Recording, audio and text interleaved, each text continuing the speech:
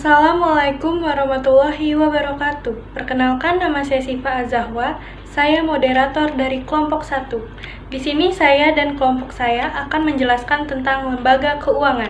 Pembahasan yang pertama yaitu definisi dasar hukum, tujuan, dan fungsi otoritas jasa keuangan yang akan dijelaskan oleh Cindy Aulia. Kepada Cindy Aulia dipersilakan.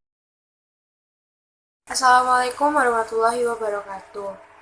Saya Cindy Aulia dan saya di sini akan membahas tentang definisi dasar hukum, tujuan, dan fungsi otoritas jasa keuangan.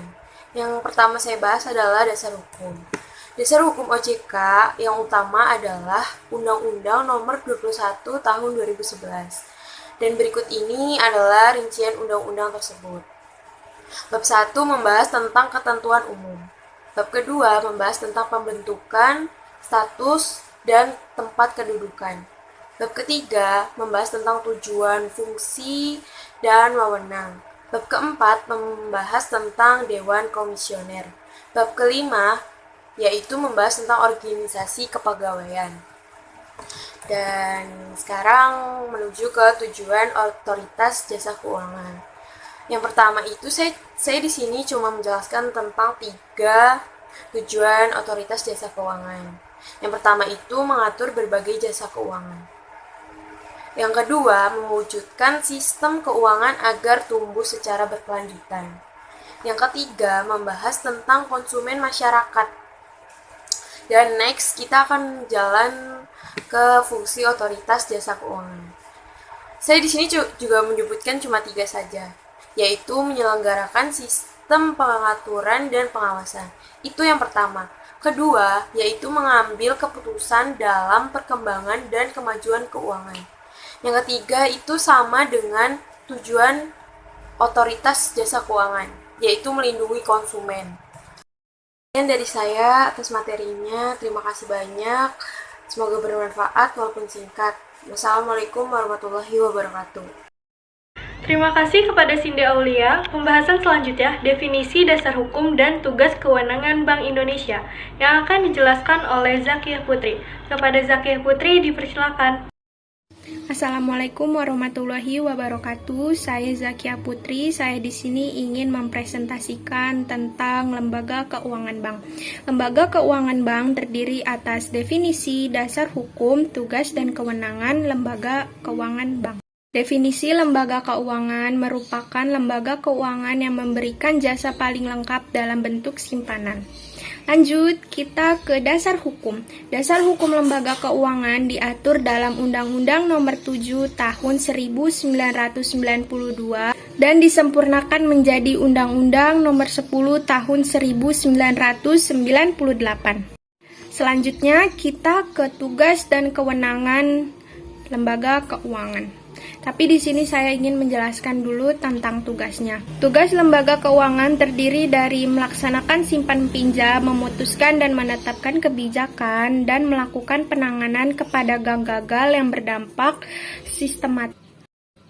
Kewenangan lembaga keuangan, kewenangan untuk menetapkan dan melaksanakan kebijakan moneter, menjaga kelancaran sistem pembayaran, serta menangani dan mengawasi bank. Kewenangan ini tidak dapat diintervensi oleh pemerintah. Sekian dari saya, semoga materinya bermanfaat. Kurang lebihnya mohon maaf. Assalamualaikum warahmatullahi wabarakatuh. Assalamualaikum warahmatullahi wabarakatuh. Saya Vivi Amanda dari kelompok 1 ingin menjelaskan tentang definisi bank, fungsi bank, jenis-jenis bank, dan kegiatan bank.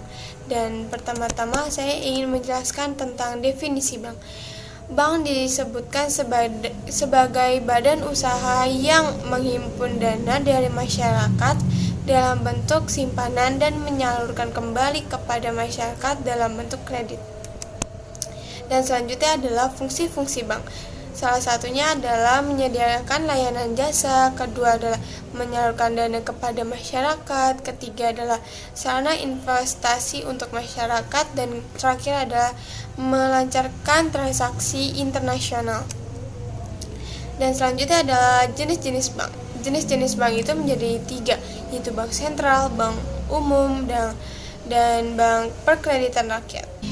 Dan yang terakhir adalah kegiatan bank. Kegiatan bank adalah yang pertama, menghimpun dana dari masyarakat dalam bentuk simpanan berupa giro, deposito, berjangka, sertifikat deposito, terus tabungan, dan lain-lain. Yang kedua adalah memberikan kredit. Terakhir yaitu menerbitkan surat pengakuan utang. Dan terima kasih atas waktu yang sudah diberikan. Mohon maaf kalau misalnya ada yang kurang atau salah dalam perkataan maupun perbuatan. Terima kasih. Assalamualaikum. Bye-bye.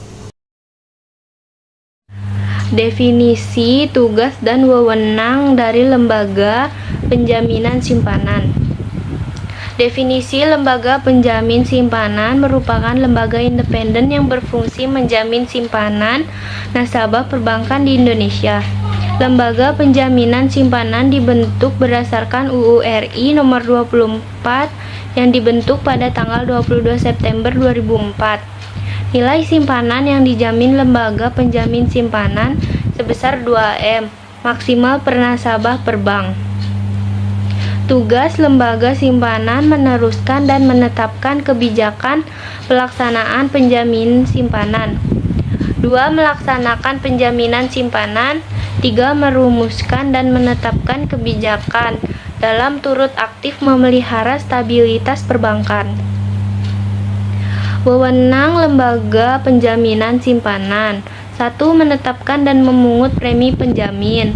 2. Menetapkan dan memungut kontribusi pada saat bank pertama kali menjadi peserta. 3. Mendapat data simpanan nasabah, data kesehatan bank, laporan keuangan bank, dan laporan dari pemeriksaan bank sepanjang tidak melanggar kerahasiaan bank. 4. Melakukan pengelolaan kekayaan dan kewajiban lembaga penjamin simpanan.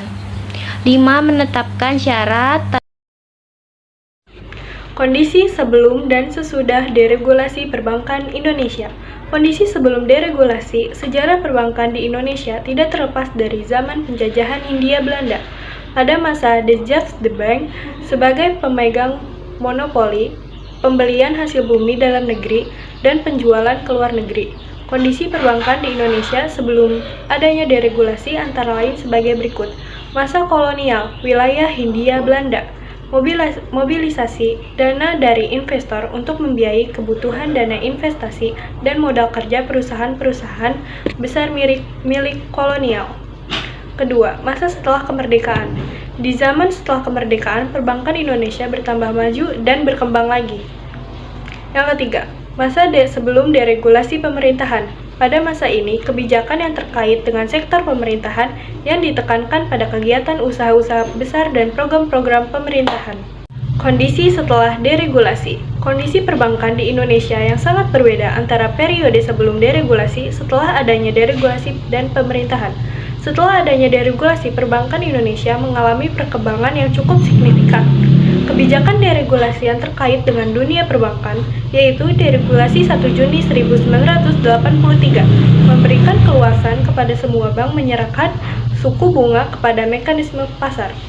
Yang kedua, Deregulasi Oktober 1988 memberi keringanan persyaratan bagi bank-bank yang ingin meningkatkan statusnya menjadi bank devisa. Yang ketiga, Deregulasi 25 Maret 1989, penyempurnaan Pakto 88, memberikan kesempatan yang lebih luas kepada bank untuk melakukan penyertaan dana pada lembaga-lembaga lain serta memberikan investasi jangka panjang dan menengah. Kondisi saat krisis. Perbankan merupakan lembaga keuangan yang berfungsi sebagai lembaga intermediasi, yaitu menghimpun dana dari masyarakat, menyalurkan kembali kepada masyarakat. Di Indonesia, sektor perbankan mengalami berbagai fluktuasi dari waktu ke waktu. Perubahan yang drastis dalam perbankan Indonesia dengan adanya deregulasi perbankan Paket 1 Juni 1983 dan Paket 27 Oktober 1988. Deregulasi perbankan itu adalah liberasi perbankan Indonesia yang kemudian ditandai dengan adanya bank-bank baru. Pasca krisis. Krisis ekonomi yang melanda Indonesia pada tahun 1998 cukup mempropagandakan ekonomi nasional. Begitu juga dengan perbankan. Kepercayaan masyarakat terhadap perbankan nasional mulai runtuh. Namun pada pasca krisis, pembentukan BPPN yang mampu mengembalikan kepercayaan dan merekultivasi perbankan nasional hingga berkembang sampai saat ini. Kondisi terkini perbankan Indonesia. Kondisi likuiditas memang sempat menjadi kekhawatiran bagi industri perbankan di awal pandemi COVID-19. Namun saat ini kondisi industri perbankan relatif stabil.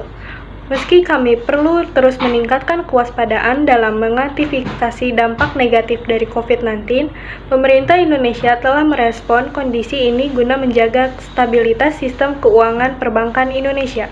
Upaya ini tentu membutuhkan peran semua pihak dalam membantu pemerintahan Indonesia agar melewati masa sulit ini. Cukup sekian penjelasan tentang lembaga keuangan, semoga bermanfaat. Terima kasih. Wassalamualaikum warahmatullahi wabarakatuh.